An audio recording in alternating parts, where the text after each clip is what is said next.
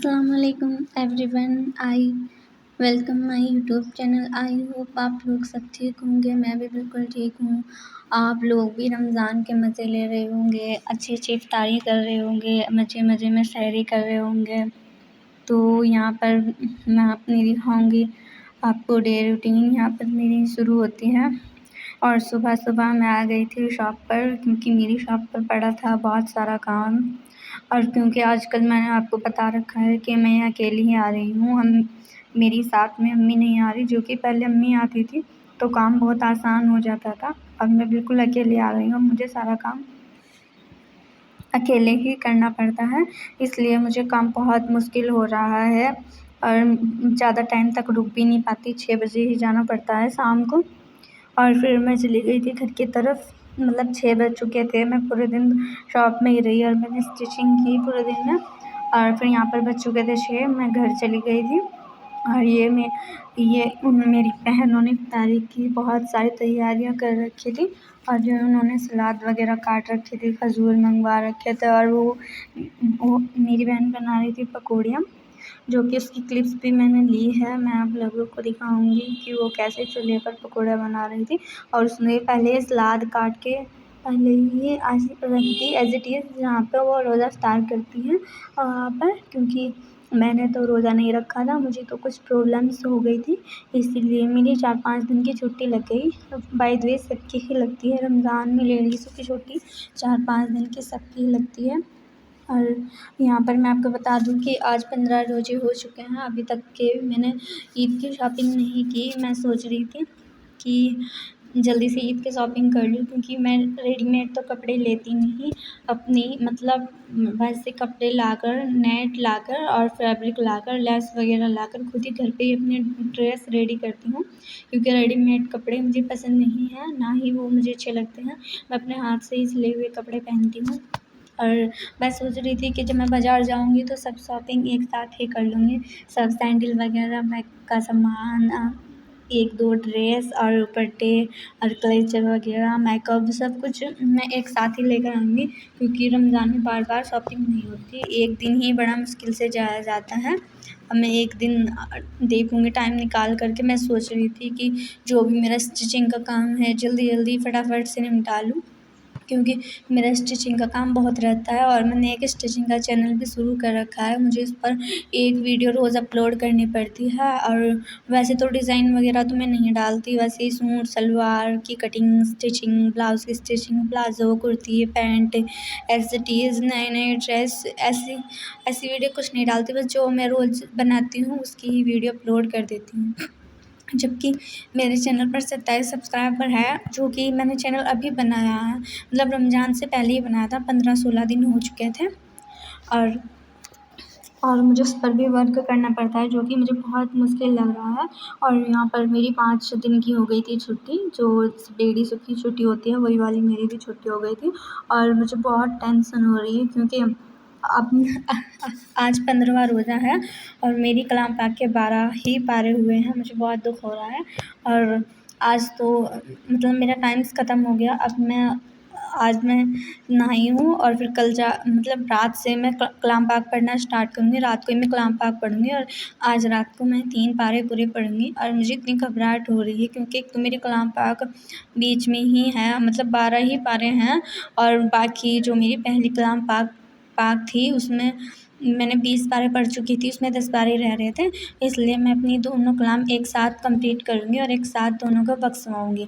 मैं सोच रही थी कि रमज़ान में तो बख्शवानी चाहिए कुरान, मतलब रमज़ान में कलाम पाक पढ़नी चाहिए। मैं सोच रही थी कि 2 कलाम पाक हो जाएंगी मेरी। और फिर मतलब मुझे तो लगता नहीं कि रमज़ान में कंप्लीट हो पाएंगी 2 कलाम पाक मेरी, क्योंकि मुझे स्टिचिंग का काम बहुत रहता है। और आपको तो पता ही होगा कि शॉप पर रोज़ जाना पड़ता है, शॉप को हम मिस नहीं कर सकते, क्योंकि हमने एक भी दिन मिस कर दिया ना तो हमारे कस्टमर हमसे रूठ जाएंगे और दूसरी शॉप पर चले जाएंगे। इसलिए मैं सोच रही थी कि जब तक भी मेरी कलाम पाक पूरी होगी, रमज़ान से 2-4 दिन बाद, मतलब ईद से 2-4 दिन बाद होगी मेरी कलाम पाक पूरी, तो मैं सोच रही थी कि 10-12 बच्चों को बुलाकर और मैं सूरह यासीन पढ़वा दूँगी और बच्चों को मतलब सीने वगैरह बाँट दूँगी और कलाम पाक वहीं अल्लाह ताला के नाम की बख्शवा दूँगी। क्योंकि मैं हर साल मैं ऐसे ही करती हूँ, क्योंकि रमज़ान में 27वीं रात को मेरी कलाम पाक नहीं पूरी हो पाती और मेरा दिल नहीं चाहता कि मेरी कलाम पाक पूरी नहीं हुई, मैं उसको ऐसे ही बख्शवा दूँ। जब मेरी कलाम पाक पूरी हो जाती है, मतलब ये कलाम पाक कम्प्लीटली हो जाती है, तभी मैं उसको बख्शवाती हूँ। और यहाँ पर तो ये कलाम पाक के 12 पारे हो चुके हैं और एक के 20 हो चुके हैं। अभी मैं मतलब आज से मैं स्टार्ट करूँगी पढ़ना। आज मैं 2-3 पारे पढ़ दूँगी, मतलब रात को भी पढ़ूँगी और सहरी में भी पढ़ूँगी। और जबकि मेरे आज मतलब 15 रोज़े हो चुके हैं, मतलब मुझे 15 पारे पढ़ लेने चाहिए आज। और आप लोग देख रहे होंगे सब कि मैं बहुत तेज़-तेज़ बोल रही हूँ, क्योंकि गाइस मैं बहुत बिज़ी हूँ और मैं बहुत टेंशन में भी हूँ, क्योंकि मैंने व्लॉग बनाने शुरू कर दिए और अब मैं इसको बीच में छोड़ भी नहीं सकती। अब इसको कंप्लीट तो करना ही पड़ेगा, बनाना ही पड़ेगा मुझे, क्योंकि मैं बीच में छोड़ूँगी ना, अब मेरा फ़ायदा तो कुछ नहीं होगा, बाकी मेरा नुकसान ही होगा। और जो मैंने इसमें 2-3 महीने पहले स्टार्ट किया था ना, और जो मैंने इसमें टाइम लगाया वो मेरा वेस्ट ही जाएगा। इसलिए मुझे थोड़े बहुत ब्लॉग्स, मतलब एक ब्लॉग्स 10-5 मिनट का रोज़ अपलोड करना पड़ेगा।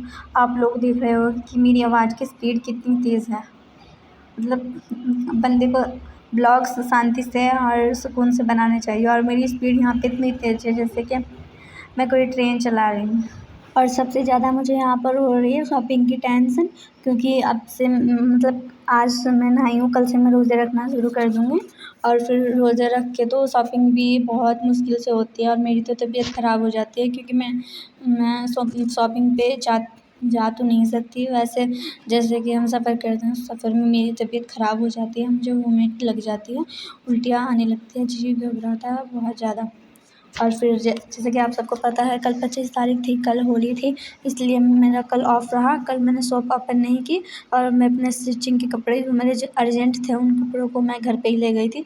और हाथ की मशीन थी मेरे पास और उसमें मैंने हाथ की मशीन में कुछ कपड़े बनाए, मतलब मैंने एक सूट बनाया, सूट तो आधा ही बनाया था, बस पूरी सलवार बनाई थी। और मैंने पूरी सलवार बनाई और सूट में दोनों आगे के पीछे के गले बनाए थे बस, बाकी फ़िटिंग नहीं लगाई थी। फ़िटिंग इस वजह से नहीं लगाई थी क्योंकि जिस पे उन लेडीज़ का माप लिखा हुआ था वो मेरी नोटबुक मेरी शॉप पर ही रह गई थी, जो कि मैं ले जाना भूल गई थी। इसलिए मैंने कुछ कपड़े घर पर ही सिले थे, क्योंकि बंदा इतना बिज़ी हो गया है अब, मतलब और दुकान को ऑफ पे रखो ना तो भी घर पे काम करना पड़ता है, क्योंकि ये काम ही ऐसा है। और आगे आगे तो मुझे बहुत मुश्किल होगी, क्योंकि मेरे पास एक ऑफ़र आया है बैग्स बनाने के लिए, अब देखती हूँ उसका क्या होता है।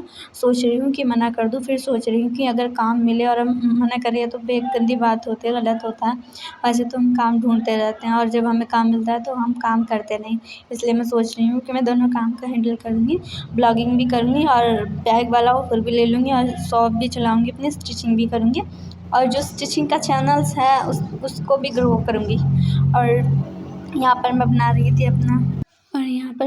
थी मैं आलू चाट, और ये काट रखी थी मैंने पहले प्याज और फिर मैंने आलू काटे और ये बॉयल आलू थे और इसको मैंने ऐसे छोटे-छोटे पीस में काटा और काट कर मैंने इसमें ये सब मेरे जब कट हो गए थे और मैंने काट कर इसमें नमक, मिर्च और गरम मसाला, चाट मसाला, ये सब सामान डाला और ये अब मैं आलू और अनियन कट चुके हैं। और जब ये एक जैसे ही काटे थे मैंने, बस आलू का साइज़ थोड़ा बड़ा था और अनियन का साइज़ थोड़ा छोटा था। मेरे आलू और प्याज थोड़े बारीक-बारीक कट चुके थे और ये आलू थे जो बॉयल थे। फिर मैंने इसमें हल्का सा नमक डाला, जो कि अभी मैं डाल रही थी, आप एक लोग देख रहे होंगे।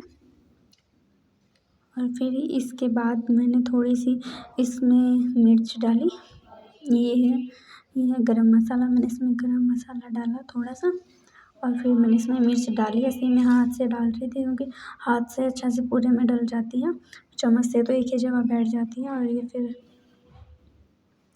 इसको अच्छे से मैं चाट बना रही थी और यहाँ पर ये रखा था इफ्तारी के लिए, मेरी बहन ने उन्होंने रोज़ इफ्तारी के लिए सामान तैयार किया हुआ था और यहाँ पर मैंने इसको मिक्स कर दिया सब चीज़ को। और फिर यहाँ पर मैंने शॉप से, यहीं पर हमारे पास एक शॉप है यहाँ, यहीं से मैंने चिप्स मंगवाए थे और भुजिया नमकीन मंगवाई थी, नींबू भुजिया मंगवाई थी। और मैंने ये जो चिप्स थे इनको क्रश कर लिया, इनको छोटे छोटे टुकड़ों में कर लिया, ऐसे तोड़ लिया मैंने इनको। और फिर मैंने इसको इसमें मिक्स किया, इसमें डाला, मतलब जो आलू प्याज मैंने काट रखे थे पहले ही। और ये चिप्स हैं जो इतने टेस्टी होते हैं, बहुत ही। ये नींबू भुजिया थी और मसाला से भी बहुत टेस्टी थी। और फिर मैंने इसको भी इसमें मिलाया, इसकी कटिंग करके ऊपर से, और मैंने इसको भी इसमें डाल दिया, तो ये बहुत बहुत टेस्टी हो गया। फिर मैंने इसको बड़े से बाउल में डालकर इसको सेक किया, मिक्स किया इसको, और इसका टेस्ट इतना अच्छा आया, बहुत अच्छा। मेरी बहन खा रही थी तो कह रही थी कि कितना अच्छा बना है ये, और ये तो बहुत टेस्टी है। जबकि इसमें कुछ सामान तो डालने में भूल ही गई थी, मतलब भूल गई थी, क्या था घर में थे नहीं, एक तो नींबू नहीं था घर में, और ऊपर से इसमें उबले हुए वो डलते चने, ना ही तो उबले हुए चने थे। और यहाँ पर फिर मैंने इसको मिक्स किया ऐसे ही, मतलब इसका टेस्ट इतना अच्छा था, बाज़ार से कम नहीं लग रहे थे। जितना टेस्ट बाज़ार में आता है उससे भी अच्छा इसका टेस्ट था। तो चलिए अब हम लोग मिलेंगे कल। अब मैं कल वाले ब्लॉग्स में वॉइस ओवर करूँगी। आप भी खुश रहिए, मज़े में रहिए, अच्छी अच्छी इफ्तारियाँ कीजिए, इफ्तारी में अच्छा अच्छा खाना बनाइए, इबादत कीजिए, क्योंकि ये इबादत का महीना है। अस्सलाम वालेकुम।